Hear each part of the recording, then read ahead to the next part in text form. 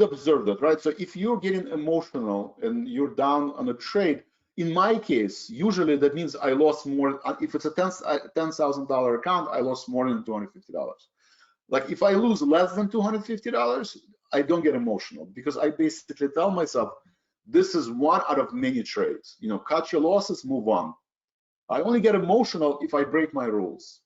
So you want to get to a point where you want to avoid being emotional. How do you avoid being emotional? In my case, and everybody's different, as long as I'm not down more than $250 on $10,000 portfolio, to me it's just one out of many trades. I know I'm 80% accurate. You know that if you were following me in the closing bell, I didn't do just ALLY, right? I did ALY, I did STD, I did PPG, Netflix, right? And all of them made money, right? So one out of 4 trades, but at the end, I actually broke even for today, right? I lost money, obviously, on ALLY, but I broke even. And actually, as I said, I encourage you to look at the pre-market data, right? Because you can look, let's say, futures. I mean, sometimes the strategy works, sometimes it doesn't, right? And there's no like bulletproof strategy, but that's what at least I do, right? I look at pre-market data and chart, right? And if you look at, I don't know if this is going to be available. Let's see. Interactive chart.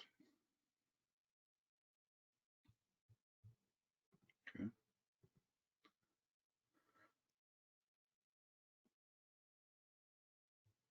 Let's do 1 day, and let's do extended hours. Okay. So when the market, I always say wait for 7:30, right? Wait for 7:30. So market 7:30 it started, it did gap up to $28, right? So in pre-market session, you could have bought the stock at $28, right? So I propose, I don't have that I don't have just pre-market session integrated in the trading. And this is, again, you need to have enough cash to do that.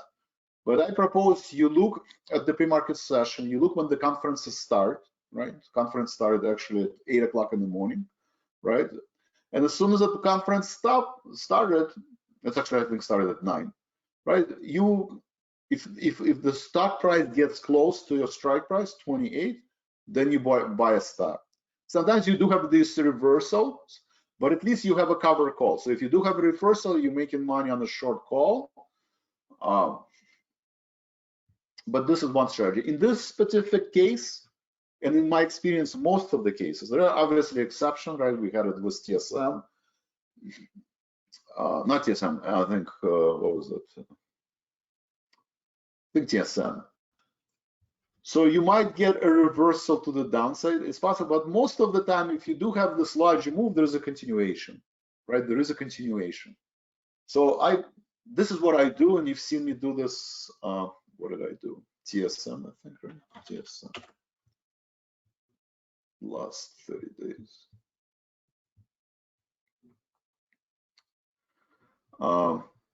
So in this case, I think it was the opposite, right? I closed.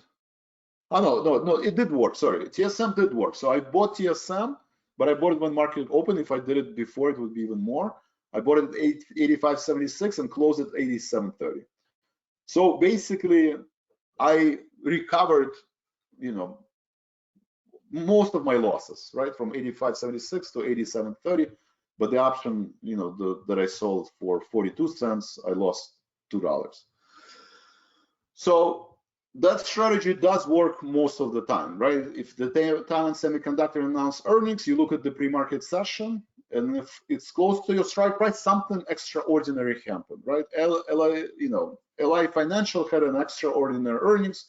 They're adding accounts.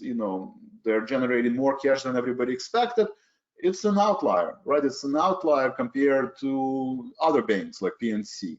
You can say that one is online, the other one is not, whatever. But they're all targeting the same customers, maybe different demographics. But nonetheless, that's my point, right? That's my point. So if you're getting emotional, usually that means either too many positions or position size is incorrect, or it's a drawdown, right? One of the key factors that can cause you to get emotional is the portfolio drawdown. Do I have it here? Well, it's this, right? It's number of position times. So if you have 4 positions like LLY and one is down 2.5%, and you have 8 positions down 2.5%, and all of a sudden you're down 20% in short period of time, then I would get emotional, right? So I either have too many positions, or I'm losing more than 2.5%, or it's a combination of both. Then I get emotional. But if I'm following my trading plan, and I always grade myself, like I graded myself as a B on ALLY trade, right? I put myself as a B. As long as I have a B, I actually like it. When I went back to school, like I'm conditioned that A's and B's are good, right? And nobody ever my parents never told me, you're not doing a good job if you got a B, right? But if I get a D, I'm conditioned, my parents didn't have to tell me, like I would feel bad. If I got a D on chemistry test or biology test, that's when I get emotional. So keeping journal is important, grading yourself is important. I think as long as you have A's and B's, you're a good student and you will make money in the long run. You might have bad week, you might have bad months, that all happens. But over a long period of time, you will continue to make money. If most of your grades are D's or C's, right, you could have, whatever, you could have done contracts, right? I mean, it is possible that another person could have done 6 contracts in this case, and